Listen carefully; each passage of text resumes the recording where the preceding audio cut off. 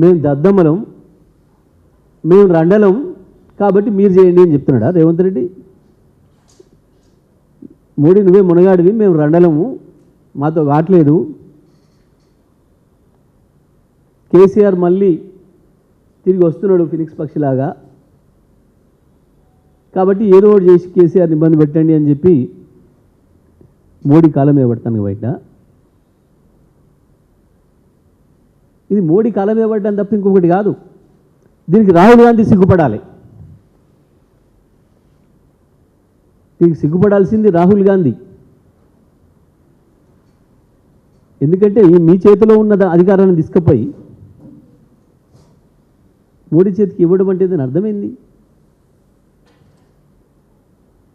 ఇంకా ఆశ్చర్యకరమైన విషయం, మరి మాకు ఎవరికి తెలియదు కానీ మరి మీకు ఎవరికైనా తెలుసో మరి మిత్రులకు కనీసం, అసలు ఈ లోకురు అంటే ఆయన ఛార్జీ తీసుకున్నాడా, ఈ రిపోర్ట్ ఇచ్చిండా, ఇస్తే ఎప్పుడు ఇచ్చిండు,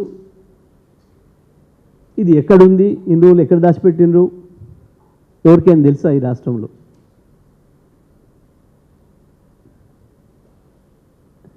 లోకురు అంటేనే మమ్మల్ని ఏం విచారణ చేయలే.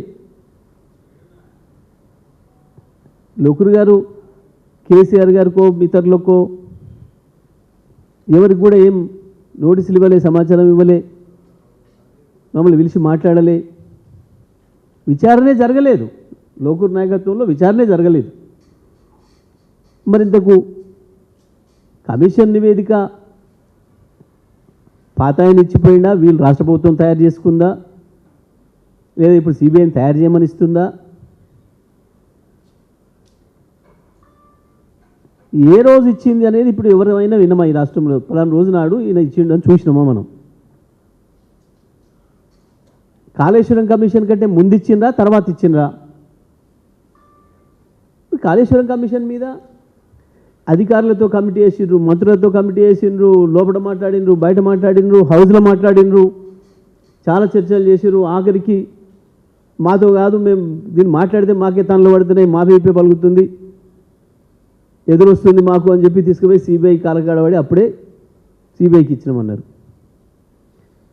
ఇంతకు మరి ఈ నివేదిక అనేది కాళేశ్వరం నివేదిక కంటే ముందు వచ్చిందా, తర్వాత వచ్చిందా? ఎందుకు పబ్లిక్ డొమినియన్లో పెట్టలేదు?